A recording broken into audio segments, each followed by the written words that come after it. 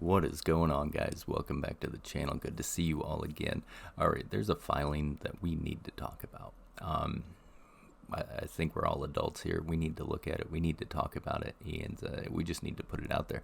So the Schedule 14A that was filed, we knew that once they opened that kind of reverse split can of worms, things were going to probably start unfolding, which I think we talked about 2 days ago.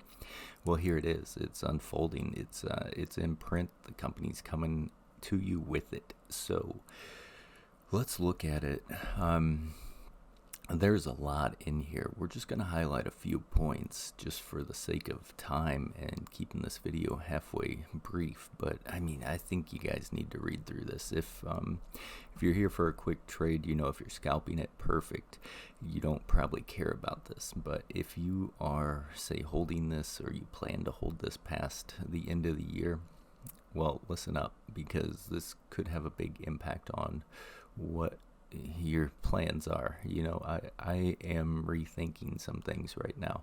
I will just tell you that. So we have a couple of proposals here. Basically, it's talking about the reverse split. So regaining compliant, how are they going to do it? When are they going to do it? Well, we have a minimum in here of a reverse split for 1 for 2. So, okay, 1 for 2, not terrible. I think most people could stomach that. I said in the other videos, when it's 1 for 10, 1 for 20, that's whenever things get painful. So what's it not supposed to exceed? 1 for 25. That would hurt. That would really hurt, I think, a lot of people. And I've said it before, reverse splits have never really seemed to work out in the shareholders' benefit. I think Mullen's float is so big that they are going to need to do a reverse split. I do think it's going to happen, and I don't know if I want to be here for it when it goes down. What they're saying is basically they can do a reverse split, but it's not going to affect the float. So they're still going to have that many outstanding shares out there. At the time, that's 1.75 billion, and they're looking to increase that as well. So what's going to happen? You're going to have less shares. Obviously, the value is going to go up, but the company's still going to have all of those shares that they can reintroduce to the market again. Now, if history's taught us anything about DM, he's okay with diluting the market to put money in his pocket or the company. So, not hating on him, just saying we've seen it before, so why at this point would we expect anything different than what they've done before? The good thing is, I guess we have a date in here that they're saying they're not going to rush the reverse split just yet, because they want to see if Proposal 2 passes. So if Proposal 2 passes, then I think they will hold off on the reverse split until the kind of the last possible moment. What's Proposal 2? Proposal 2, it says the amendment to increase the aggregate number of shares of common stock that the company is authorized to issue from 1,750,000,000 to 5 billion. Yeah, you heard that right. 5 billion. Now they're saying, no, hey, you give us 5 billion shares, we won't do the reverse split. What are they going to do with 5 billion shares, and how do they think they're going to get compliant if they're going to be introducing those shares into the market? You can only eat up so much supply. We've seen plenty of that supply come into the market, and it just finally started to get absorbed to a degree, I think. And now they want to introduce even more. I don't see that working out well. So even if they do get proposal number 2, doesn't mean that they're not going to go ahead and move forward with proposal number 1 as well. There could still, after you introduce all of those shares, be a reverse split. So not ideal. It's like, which poison do you want, right? Do you want proposal number 2 poison, or do you want proposal number 1 poison, or would you like to take proposal number 2 poison first and then just, sample it, and then we'll give you proposal number 1 a little bit later? Not great, guys. Not great. So, you don't come back to this channel because I always tell you what you want to hear, but you come back because I tell you what you need to know. And I think you need to know this. And I definitely think that I'm really giving a lot of thought into what's going on right here. So keep a close eye on that. We kind of have a rough idea of the voting numbers. So does your vote matter? Probably not. Let's see, common stock. It's saying that there's approximately 1.3 billion votes out there for the common stock.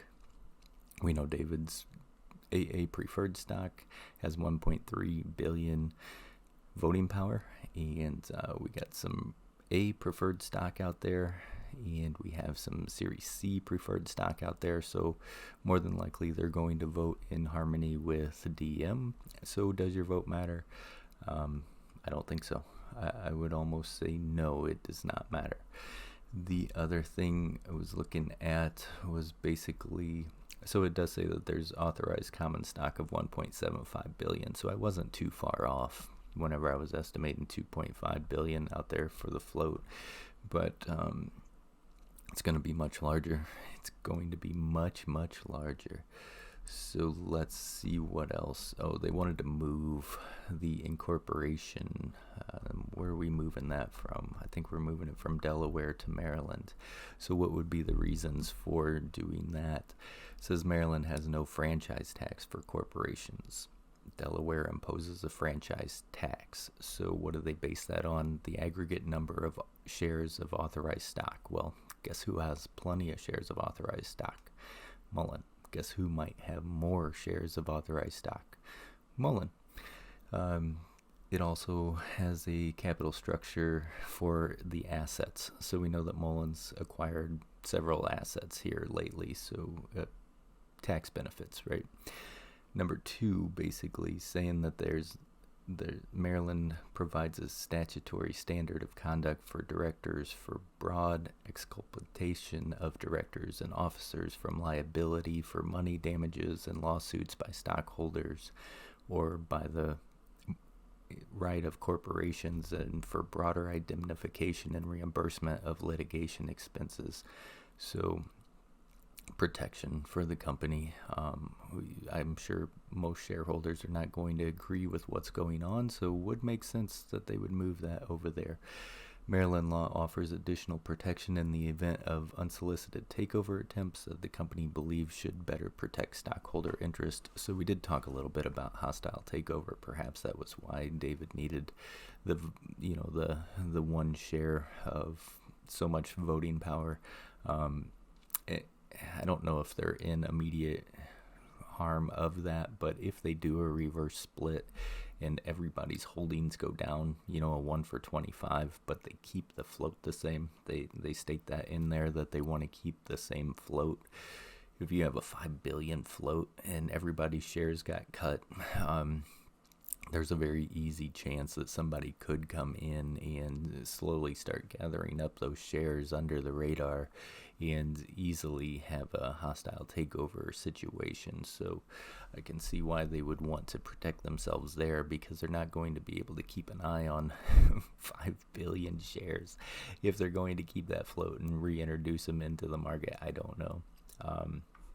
The Charter of Maryland Corporation may permit the Board of Directors to amend the charter to increase or decrease outstanding shares of stock without a stockholder vote. So, making it easier for the company to do what they want without your opinion. I know this sounds a little bit bearish, but guys, I just give you the information. You do what you want with it. I don't know. I mean, we talked about it for a trade. If you got the trade, awesome. If you're in here for an investment, well, read it, because I think you need to strongly consider plenty of these things that are going on. We need to see how it's going to impact the mindset of whoever's been accumulating all of these shares lately, who's been taking all those in. Are they going to think ahead? Obviously they will. We are, right? We're just retail. We're not big money. We're not so-called smart money. They're leaps and bounds ahead of us as to how to play this. And I want to see how it plays out in the charts, because to me, reading through that, it's not the most bullish thing I've ever heard. In fact, it's the complete opposite of what I just said. So I want to see if big money, so-called smart money, thinks similar to me. It's going to be interesting. So just keep an eye on it. Read through it. Always have a trading plan. Always have a trading plan. And sometimes that trading plan can change. So that's where I'll leave you with for right now.